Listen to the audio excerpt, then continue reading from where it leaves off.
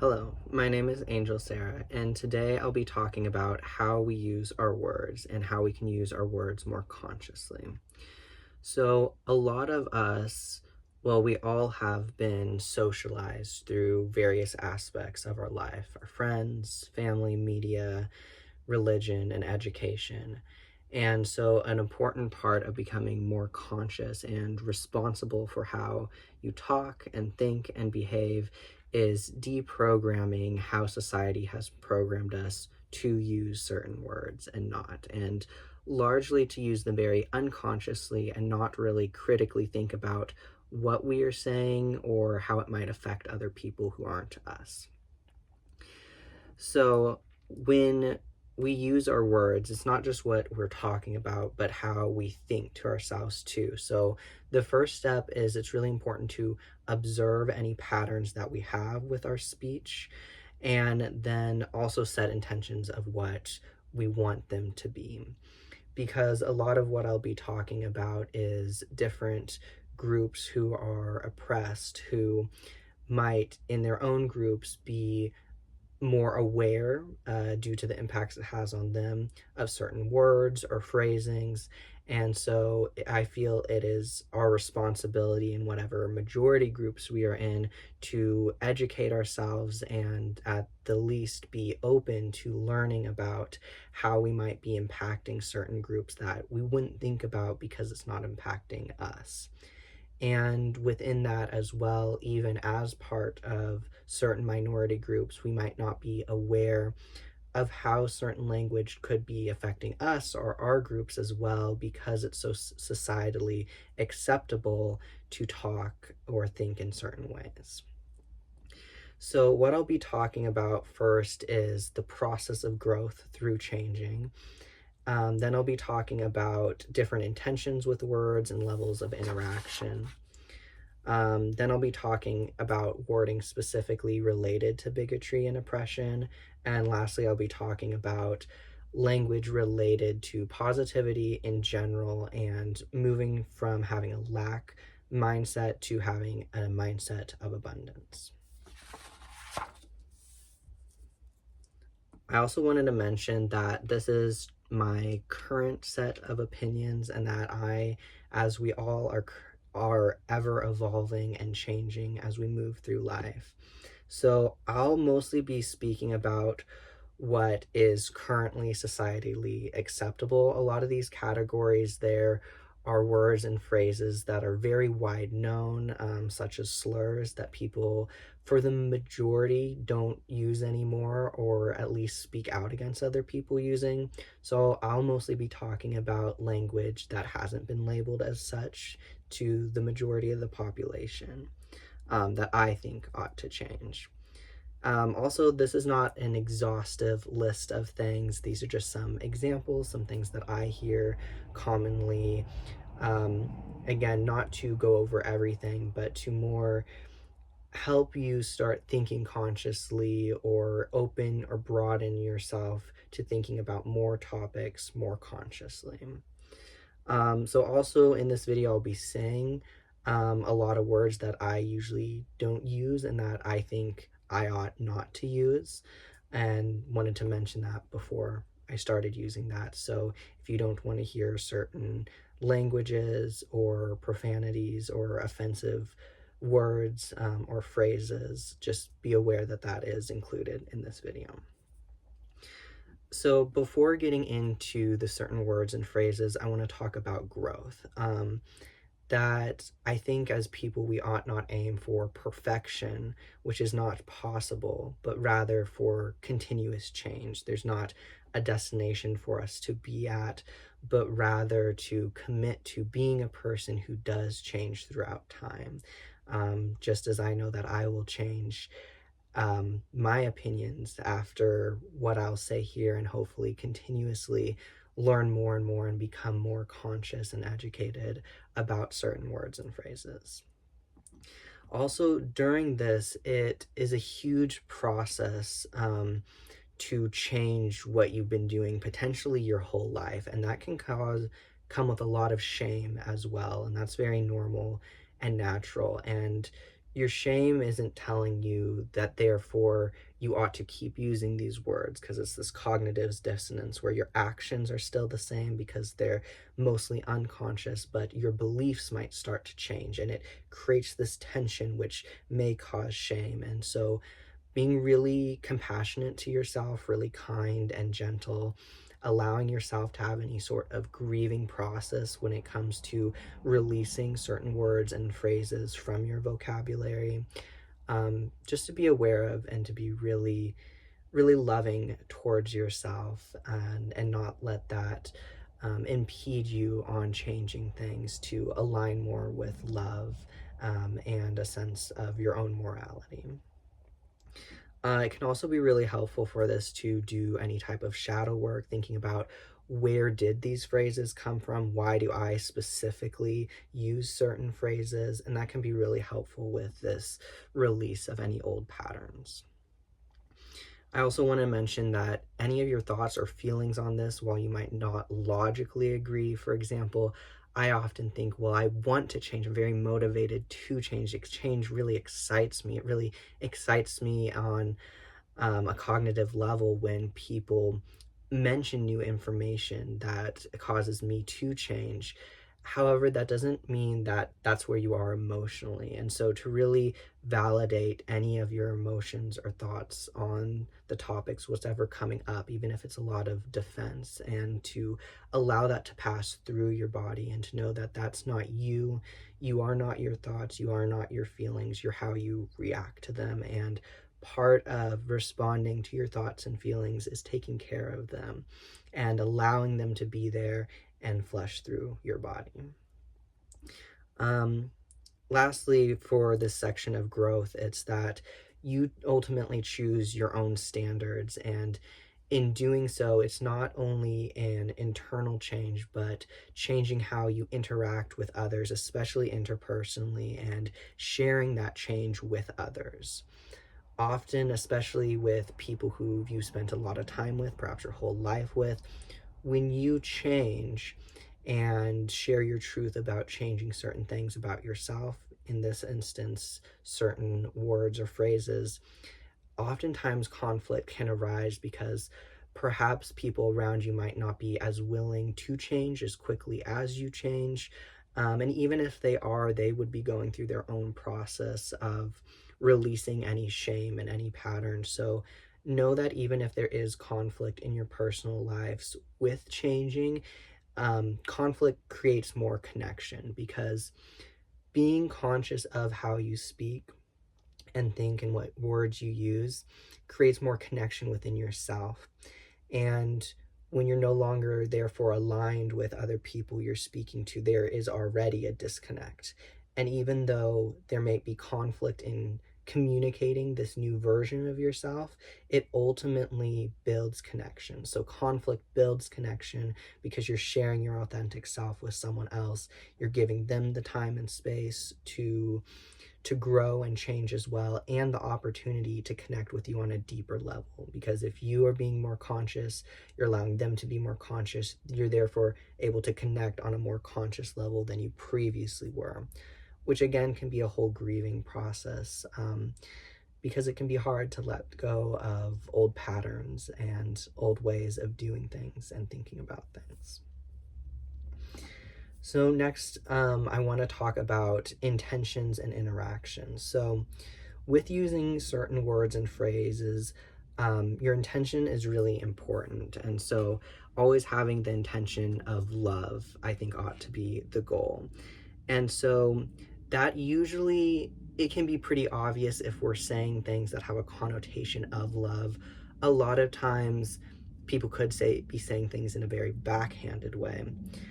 However, you can very lovingly say a lot of offensive things if you're doing so in humor, if you're doing so as some kind of reclamation of words, or if you're doing so in humor in terms of degradation and putting someone down in a way that lights both of your souls up. And so I think that type of interaction and humor is very important for the world, and that while it might not look loving on the outside, due to the negative connotation of certain words, it's very lovingly in practice because of the interaction between people.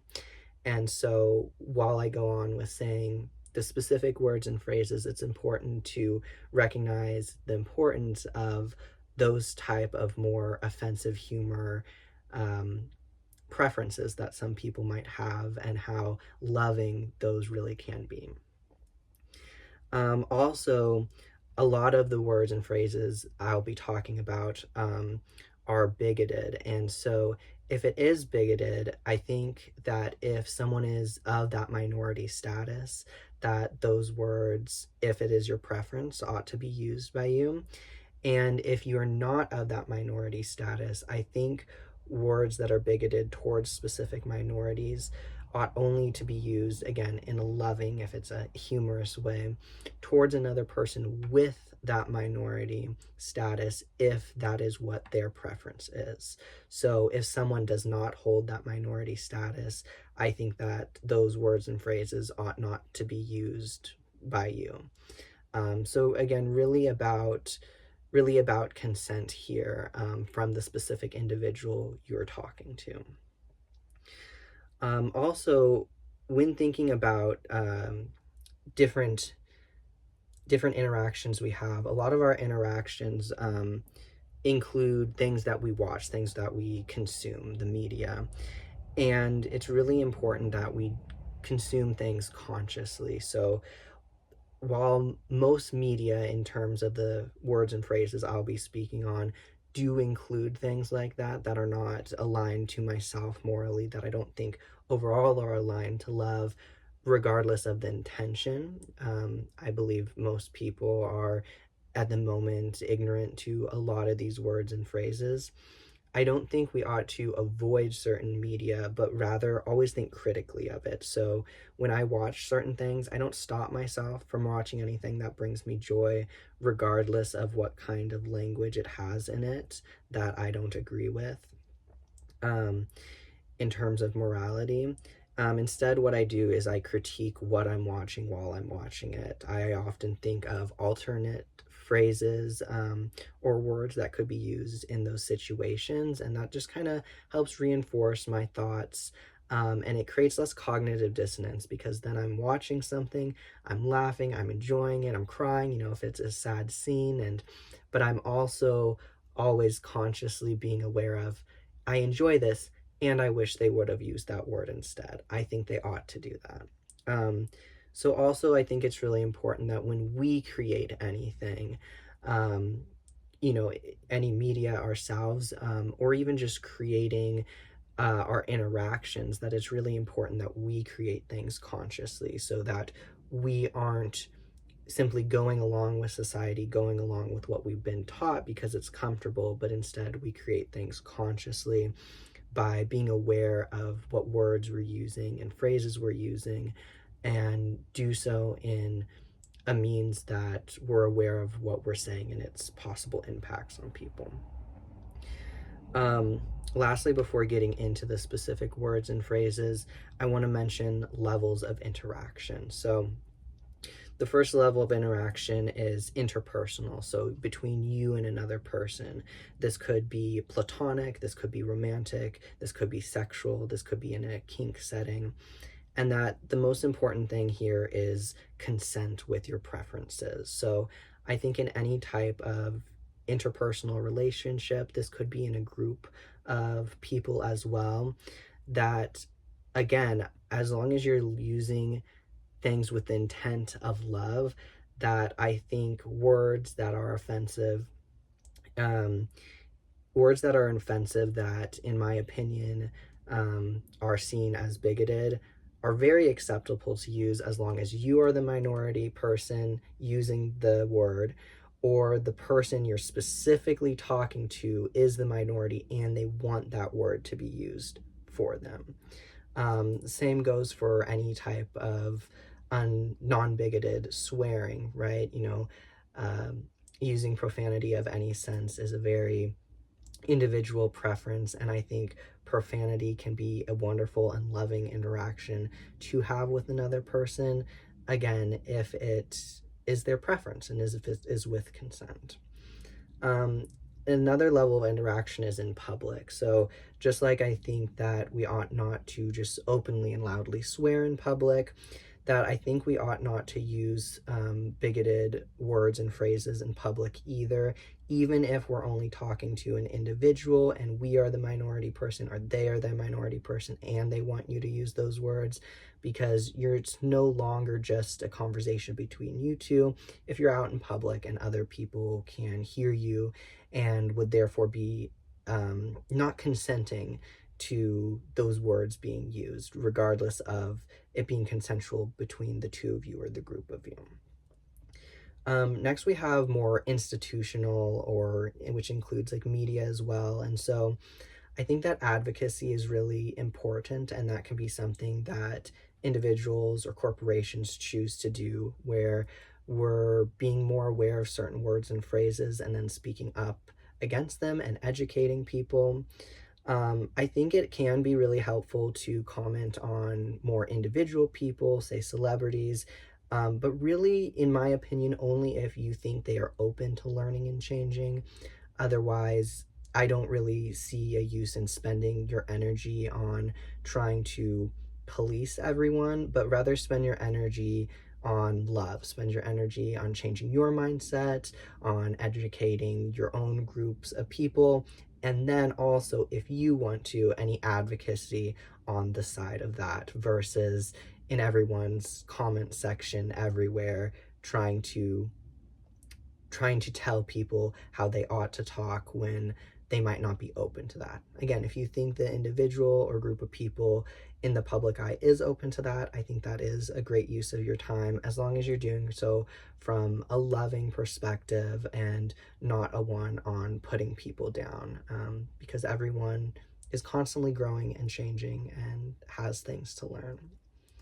Lastly, on levels of interaction is interpersonal. So or intrapersonal. So intrapersonal is your own conversations with yourself. And so I think it's really important not only to think about how we talk to other people, but how we talk to ourselves.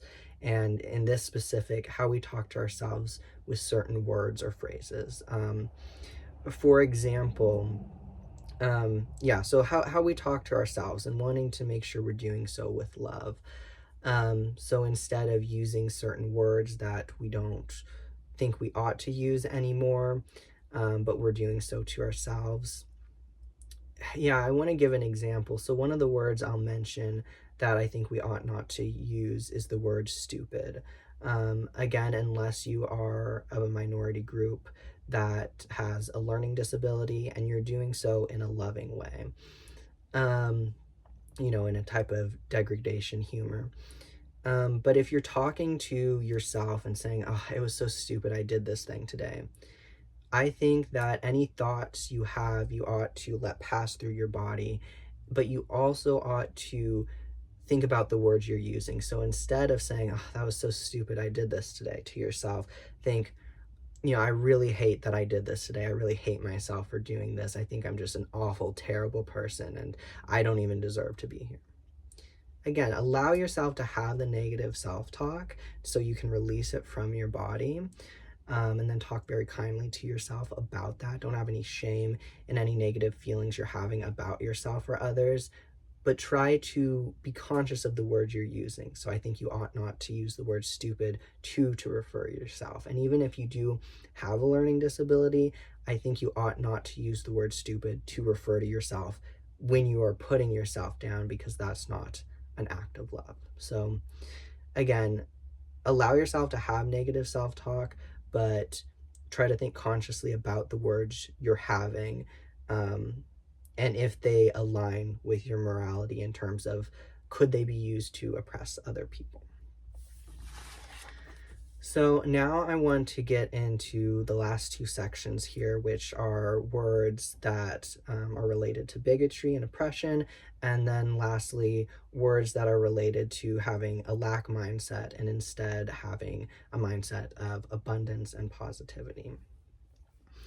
So when talking about these words, I think it's really important to replace any bigoted words either with synonyms. If you're having a loving intent, again, one of humor or intimacy, replace them with a synonym. And you can either use like an unoffensive word, or if you are, or if you're trying to be offensive, right? And that is in a loving, humorous way or intimate way, then either do it if you are the person of that minority that it affects, or the person you're interacting with is of that minority and they want you to speak to them that way. I think it's also really important that even if you are a minority, to think about how you're using the word. That, like, for example, if you're using the word in replacement for like the word bad, and you're saying it in a negative way, for example, you could say, I'll use the word weird, which I think we ought not to use, in terms of ableism, and myself as a neurodivergent person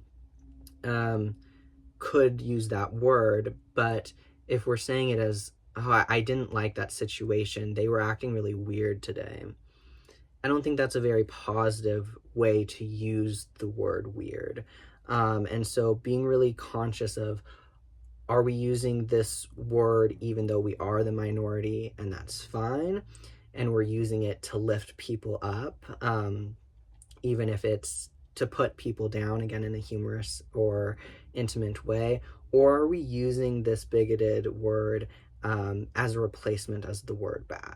So just to be conscious of that as well.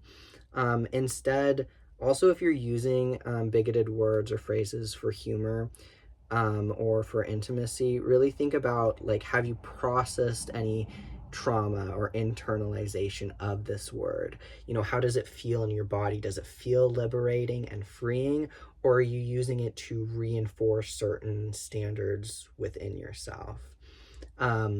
For example, if you're using a word that is puts yourself down for something, for example, something sexual, are you feeling that that sexual thing really is bad? Do you think you really are, like, deep down unconsciously a terrible person, or have you processed through that trauma and you're now saying this sexual thing is bad and it feels liberating to you? you know um Also, you can also use other, if you're using it for humor, endearment, or consensual degradation in a loving way. You can also replace any of these bigoted words with other offensive words, such as ones more related to males, like cock or dick, or general words like asshole, or general, like, phrases like waste of space. So again, I think this type of humor is really important to people and can be done so in a very loving way to put people down, and that feels this type of bond with people, but to do so in a way that's very conscious, where you're really thinking about how the words you're saying affect the general population. Because even if you're not talking to the general population, it's reinforcing certain societal programming within you.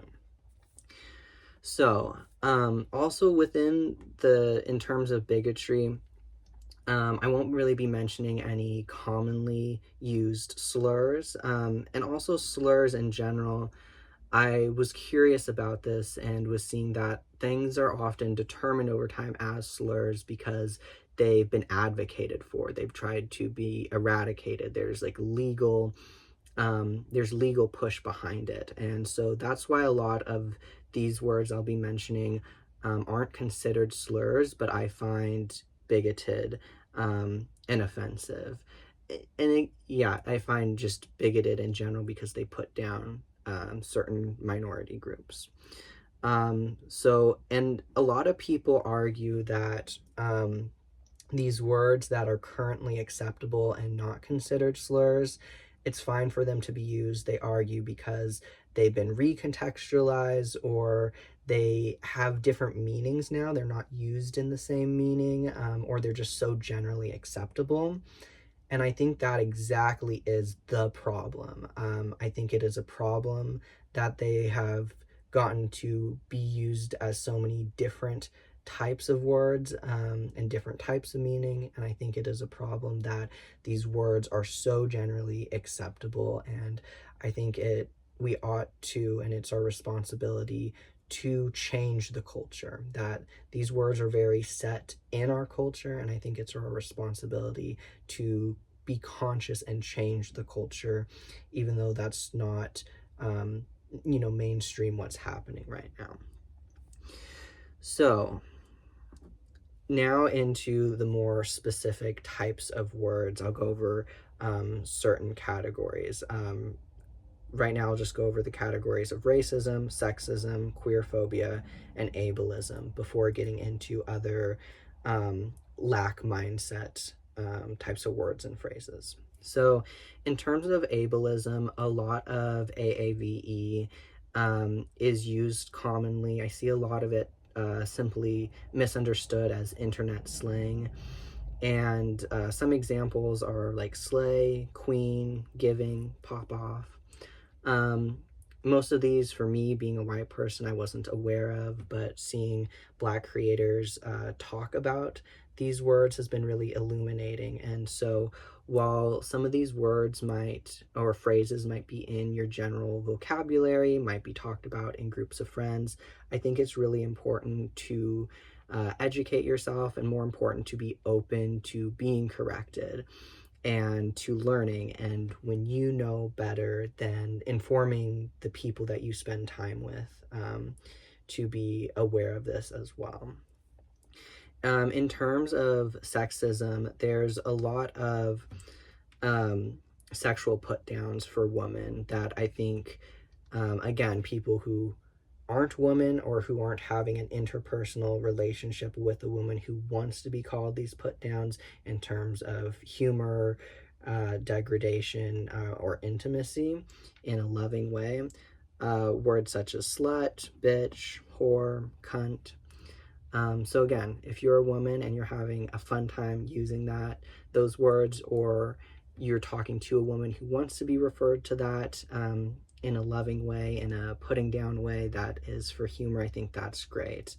But otherwise, even if you are a fan of offensive humor, as I am, I think if you're not a woman, you ought not to use those words. And then if you're not specifically speaking to a woman who wants to be called that, so like, for example, even if you do with some of your friends because they enjoy that, if you're creating content, if you're speaking with a group of people, that you ought not to use those words unless you yourself are a woman.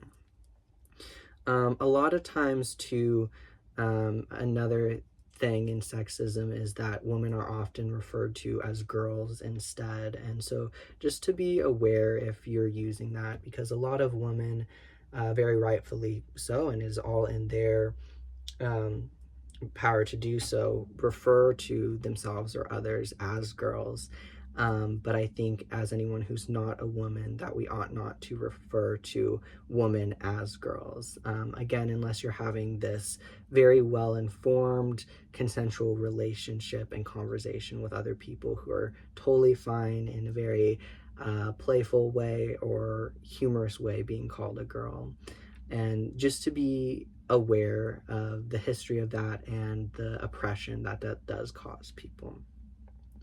Next, we have queerphobia. So words such as gay, tranny, cocksucker, and just being aware, again, if you're using those words to mean bad, or if you're using those words in a way of very joyous, offensive humor.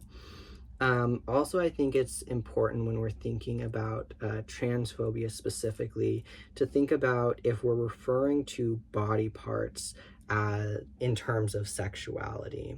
And so just to be really mindful not to conflate certain body parts with sexuality when we are talking about sexuality. So just have trans people in mind. Lastly, in this section, I have ableism. So for ableism, there are a lot of put downs that are currently societally acceptable, such as weird, crazy, insane, stupid, lame, idiot, fool, unhinged, deranged, lazy, and dumb. A lot of those words are pretty commonly used, and I think we ought not to use them. I think also disabled people ought not to use them if they're using them in a general sense, saying, this weather is so crazy today, right? Where instead you might want to use it in a different way, right? If you're putting yourself down and you do have a learning disability, or with crazy you have psychosis, and you're putting yourself down in a way that you processed and that you find very joyous to yourself, or you're putting someone else down who has psychosis, who enjoys that type of humor. So just to be aware of words you're using such like that, even though a lot of these words have now been very generally used. Also to be concerned or aware about within ableism is put up. So oftentimes using the words like smart, intellectual, or competent can be just as damaging as put down. So while you think of calling something stupid, right, is a more clear oppression on people with learning disabilities, calling things smart is as well, saying, oh, that was a really smart idea, instead of that was a really good idea, or I really enjoyed your idea. So instead, when we use the word smart casually like that, we're saying that smart is good, right? Oh, that was a stupid idea, that was a bad idea, that was a smart idea, that was a good idea. So we're conflating stupid with bad, learning disabilities with bad, and smart with good, not having a learning disability with being good. And so we're putting this morality on different levels of cognition, which is an issue, and I think ought not to be used that way. So to be aware of common words, like the word smart, and think about how it affects people with learning disabilities. And again, if someone has a learning disability and they want to use those types of words, again, I think it ought not to be used if you're referring to smart or stupid in terms of good or bad, but if you're again, using them in a humorous way. So, and now I wanted to lastly move on to having a lack mindset and moving into having an abundant mindset. So oftentimes these are just things that we're unconsciously taught, just like all the words I used before, that if we're not part of those groups, or even if we are part of those minority groups, those words are just so common that we might not have even been exposed to them being offensive or bigoted. So instead, with having a different mindset of abundance, it's important to think less about lack and more about what are your priorities and what are your preferences for things. So within this, I want to talk about being body positive, money positive, sex positive, food positive, and time positive. So with body positivity here, I have 3 categories: ageism, fat phobia, and general appearance. So with ageism, a lot of times people tend to joke about being younger, obviously lying about being a younger age, and it comes with, and while it might just seem like a very common joke, because it currently is, think about what you're saying about the older population. What you're doing is you're putting down people who are older, and you're even putting down yourself when you're older. And so a lot of times there can be a lot of jokes about dreading aging, and while again it's very valid to feel that, whatever you're feeling or thinking, that's valid, but how you act on that is what's important and reinforces your morals. So instead, you might acknowledge that you dread aging and do some shadow work on that, instead of perpetuating that idea in a societal sense. What you could do instead, after working through that, is talk about it. And ideally, what you can do is talk really positively about aging after you genuinely change your mindset. Talk about how beautiful it is. Talk about how excited you are to age. And if you're not feeling like that yet, then simply refrain from putting down age. A lot of times people are ageist as well when they're relating attractiveness to age. So thinking about dreading being less attractive when you're older. Again, very valid thoughts and concerns, especially in our current society, but really be conscious of yourself perpetuating that narrative by how you're speaking about it, again, even in a joking way.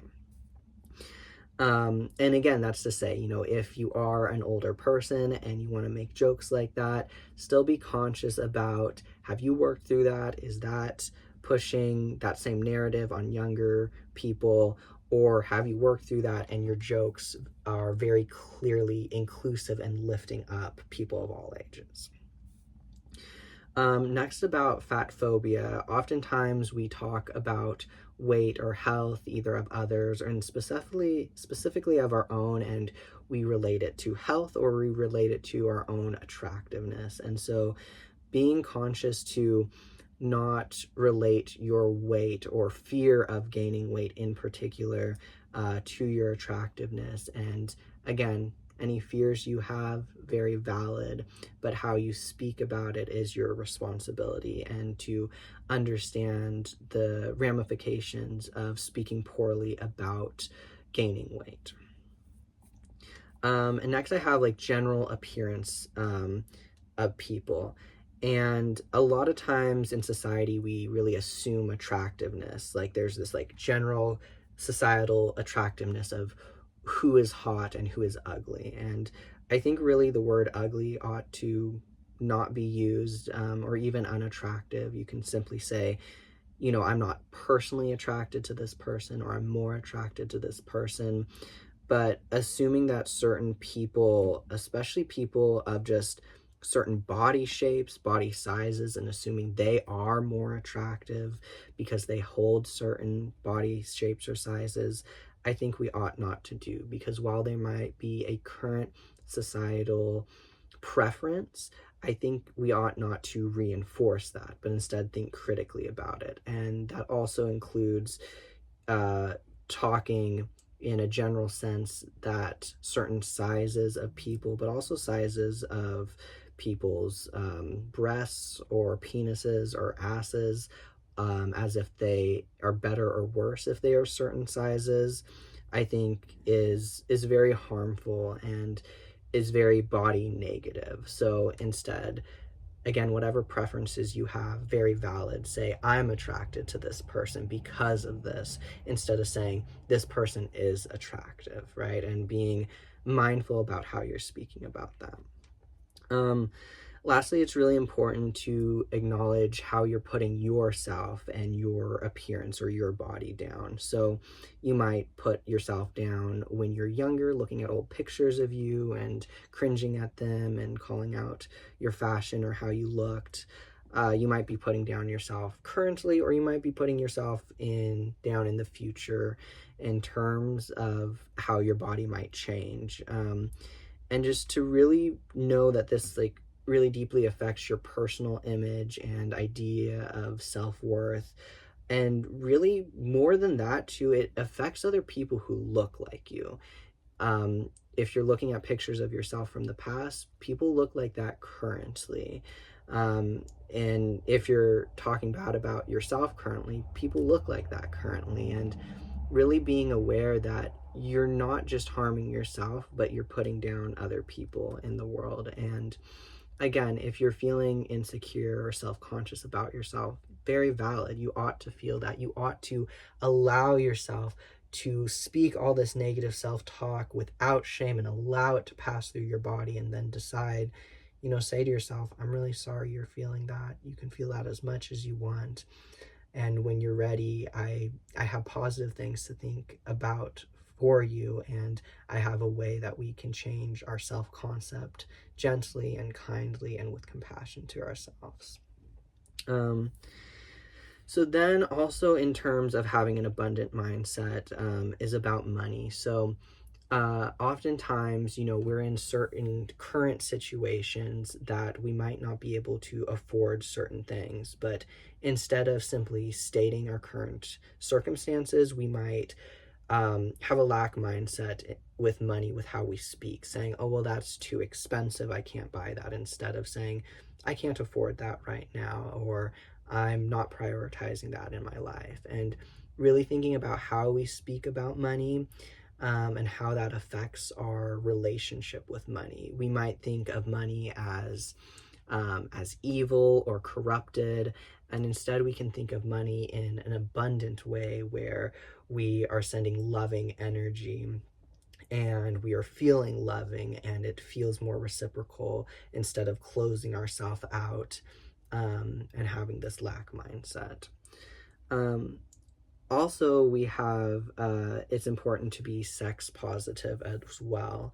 Um, and again, I am all for any type of offensive humor and ways that people talk interpersonally between each other that brings them joy and love. And at the same time, I think it's important to recognize how we're talking about sex, and if that's what we really believe, or if we're feeling liberated and powered by it instead of being reinforced by it. So, for example, in terms of sex, might be referring to a person or perhaps jokes you are making about sexual experiences, using words such as dirty, nasty, disgusting, naughty, horrible. Oftentimes, I see people using certain words like that to describe jokes that they're making, um, instead of being more content with the jokes that they're making and being comfortable with what they're saying. Because I think there's nothing wrong with offensive jokes, given the above criteria I've stated. Um, However, if you might have a lack mindset when it comes to making those jokes, specifically sexual jokes, and just to really analyze that for yourself. Are you having some internalized sense of shame or guilt, or as if you are a bad person because that's what you've been told throughout your life? Because sex in general, unfortunately, is talked about in a very taboo way, a very closed off way. And so sometimes it's easier to just accept that sex is bad and we just are a bad person for enjoying it or for enjoying this type of humor, instead of truly having a positive mindset towards sex, and then on top of it, making a joke and using words such as dirty or nasty to refer to certain things. And so just being mindful and conscious of, again, how are you feeling in your body? Reinforcing it being bad, or liberated because you've worked through it. Next, in terms of a positive mindset, I have food. So a lot of times people have a lot of anxieties for food. Again, very valid, and something to work through, but to be conscious, especially how you're talking to yourself and other people about food. A lot of times people are often very worried about calories or the types of food or how much food or when to eat. And while that's all very valid to feel, it's not having a loving relationship with food. And oftentimes, if you're having those anxieties, you ideally want to have a loving relationship with food. So, changing how you talk about food and how you think about food can really help that, and to have a more abundant mindset when it comes to food. Lastly, in terms of an abundant mindset, I have time. So when we think about time, I often relate it to both rest and productivity, thinking that we don't have enough time to rest, or we need to earn rest, or thinking that, you know, we need to be productive first. And so just really thinking about, complaining about certain things, in terms of productivity and rest, and what is your relationship with rest and productivity? What is your relationship with time and how time passes? If you feel like you don't have enough time versus feeling like you have an abundance of time. And that does also come with evaluating your certain circumstances and being realistic about where you are. And what you can do in the meantime as well is shift your mindset to having an abundant mindset about time, and really helping yourself resolve any guilt or shame you have about rest, or about this feeling of need to be productive. So when you do this, then productivity can feel really abundant and rest can feel really abundant, and neither ought to feel morally superior to the other. Rather, rest and productivity, I think, are morally neutral and both have their place and can be a wonderful and beautiful part of your experience. So, not only changing your mindset here, but also changing how do you talk to other people and to yourself about rest and productivity, about the things in your life that you maintain, and really thinking, how can I make both being productive in work and maintaining friendships, maintaining your health, maintaining your home, how can you make that as enjoyable and fun as possible? And how can you work through any guilt or shame when it comes to rest? How much rest you have, how much rest your body wants, and such. So, overall, that's what I wanted to say about how we use our words and how we can live more consciously in the world that we live in terms of what words we use, and more importantly, not just the words that I've spoke about or phrases or even concepts I've spoken about here, but rather simply being open to learning more and resolving and working through any guilt or shame you have or defensiveness you have towards change, because it's comfortable where you are, it's what you know. So instead, just be really open to lifelong learning. It's also really important not to just try to figure everything out. That can be very overwhelming. I don't have all the answers. No one has all the answers. So again, it's more important to learn and to adapt and to change instead of trying to be perfect and trying to, research everything exhaustively, but rather be open. And the more that you share what you learn and the more you bring in and are open to what other people share and learn, then the more gently and kindly we can change as a society as a whole.